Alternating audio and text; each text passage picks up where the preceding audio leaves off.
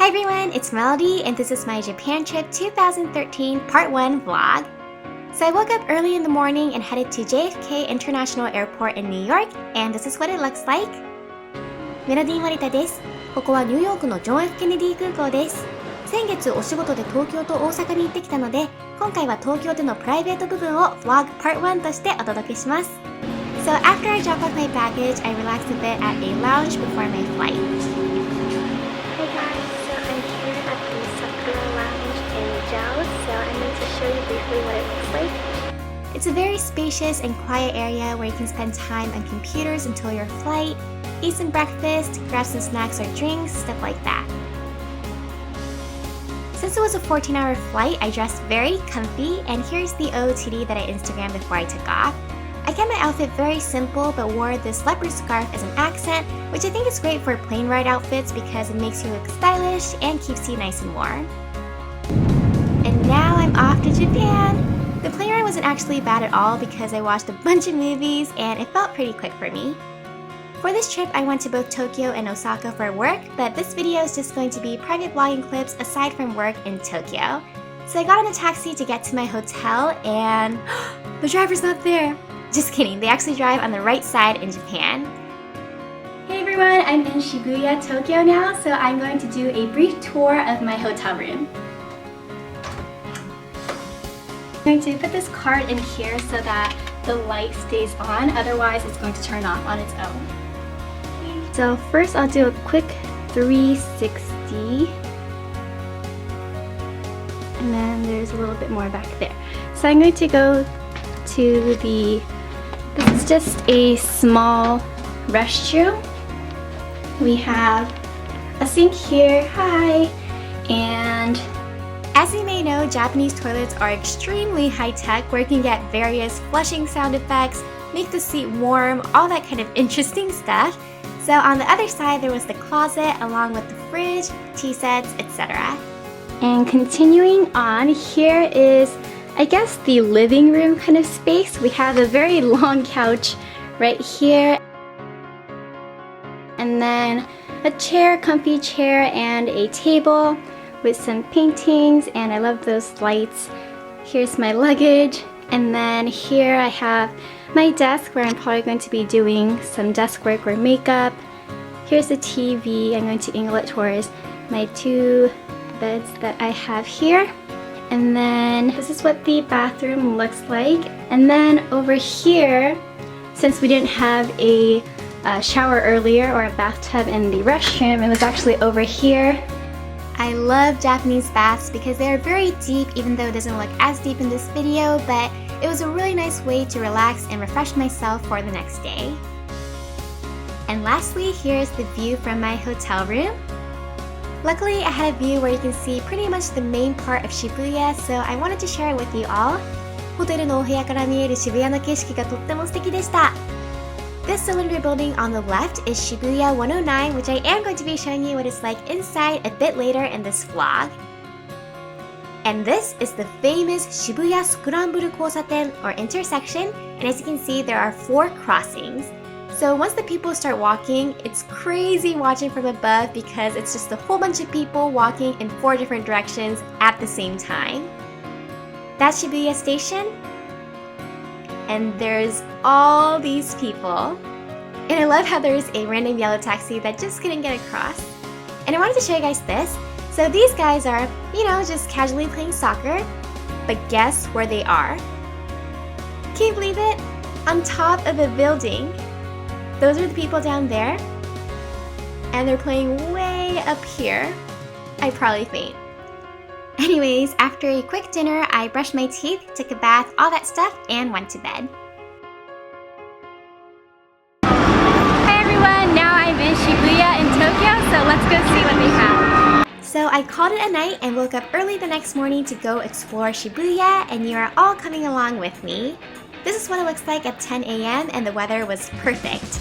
This was my outfit of the day, and most of what I'm wearing here, including the twisty headband thing, is by one of my favorite Japanese clothing brands called Ingu, and if you're in Shibuya, you gotta take a pic with the legendary Hachiko statue.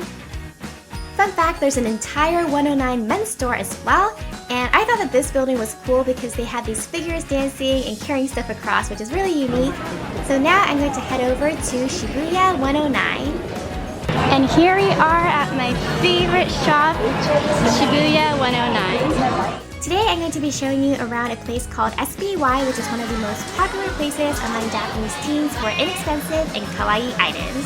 As you can see, there's an incredible selection of falsies, from very natural ones to more thick ones for dolly or gyaru eyes.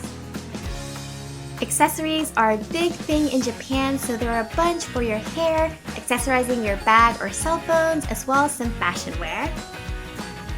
They even had a section for hair extensions and wigs where you select the slip of whichever one you want and bring it up to the counter to get it personalized before you buy it.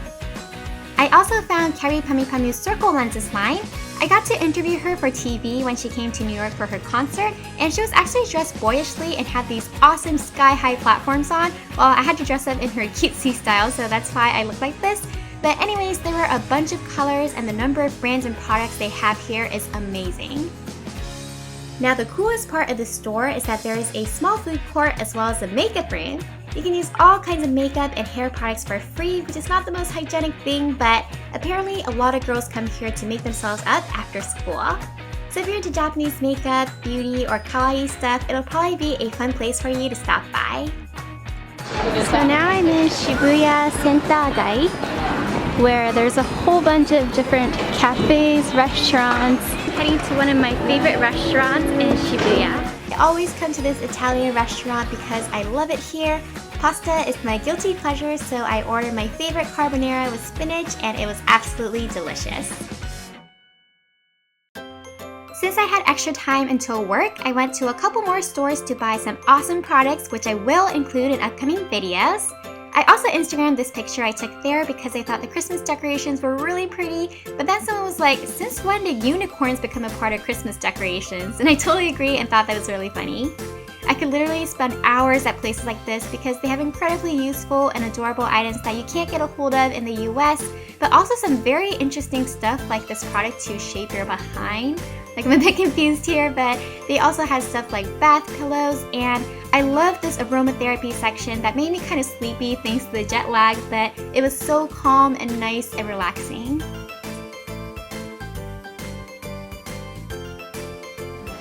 Once I finished shopping and buying some gifts, I went to work. And if you can tell, I'm crossing the intersection here from last night. For dinner, I ate at a delicious sushi restaurant, and I love how food in Japan have wonderful presentation. So that concluded my first full day in Tokyo.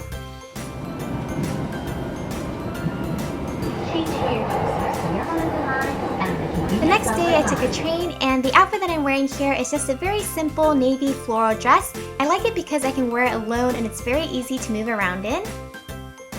And I wanted to show you all this very high-tech Japanese vending machine.